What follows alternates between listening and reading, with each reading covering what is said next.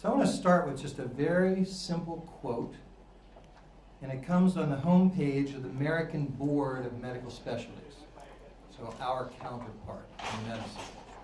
The American Board for Medical Specialties, recognized as the gold standard in physician certification, believes higher standards for physicians means better care for patients. We will be crafting our version of that statement for the homepage of the National Board for Professional Teaching Standards. What I hear in that statement is that certification is the medical profession's assurance to the public that this is an accomplished practitioner. And since they believe that certified physicians make a difference in patient care, you must conclude only one thing. You have to have as many board-certified physicians as possible. That's how it works. The medical profession has become, I think we'd all agree, the epitome of the definition of a profession. It's not perfect. It never will be perfect. Human endeavors cannot be perfect. But medicine is as good as it gets. And in 1987, when the founders of the National Board came together to create this organization, they had in mind the medical model. People knew what medicine had done throughout the 20th century to become what it is today. And if you've looked at any of the history, 100 years ago, medicine was not the epitome of a profession. Conscious decisions were made. And it was a lot of work over decades. We created standards, profession-based and determined standards in 25 different areas of teaching.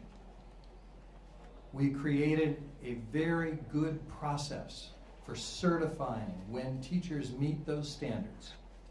It's not perfect. We're trying to make it better. We're always trying to make it better. But you won't find a better process out there now that will certify, that will show you when a teacher is highly accomplished. What we have not done that medicine did was make this the norm, not the exception.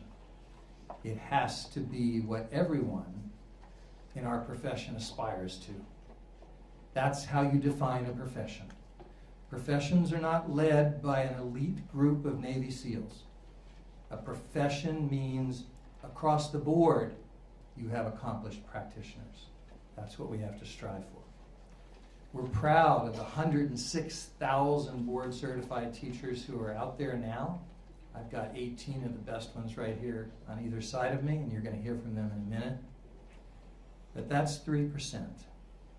And that means that most children in this country will never sit in a classroom with a National Board Certified teacher.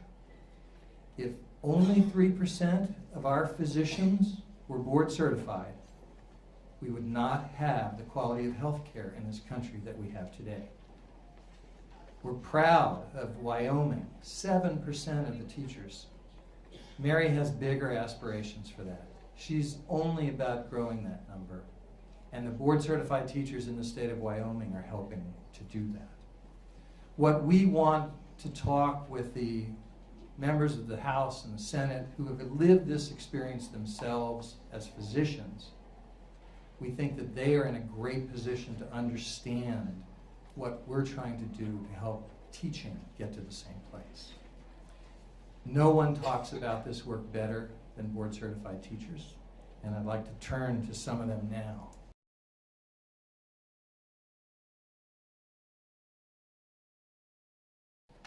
I teach at Sulphur High School in the heel of the boot in Louisiana. I teach AP Bio, and also I teach Human Anatomy and Physiology for our local university, McNeese State. Go Pokes. But at our school, we have a student body of about 2,000. There are about 120 teachers on faculty, and I am the only National Board Certified teacher at our school. And I really think that in Louisiana we need to have a major push to encourage teachers to become National Board Certified. And in my own practice, in my own teaching, when I went through the national board process, it forces you to look at your teaching and analyze it to a degree that nothing that I have ever been through before or since has forced me to analyze it. And as a result, I find that on a daily basis, I'm working really hard to try to get students involved in activities, and in science, it's easier than in a lot of other subjects. But anything remembered beyond the bus ride home is generally a success. And so some of the things that I have done in order to help them remember for a very long time is I call it my low-tech heart lesson. I painted a huge shower heart on a shower curtain, and my students take off their little shoes and we literally walk the flow of blood through the heart. And they come back to me 2, 5, 10, 20 years later and say, "Oh, Ms. Bonsall, you remember the heart thing? I can still recite that complete flow to the lungs and back and throughout the body." And something else that we do yearly is go to the Harris County Medical Examiner's Office, also known as the Houston Morgue. And my students have seen complete autopsies.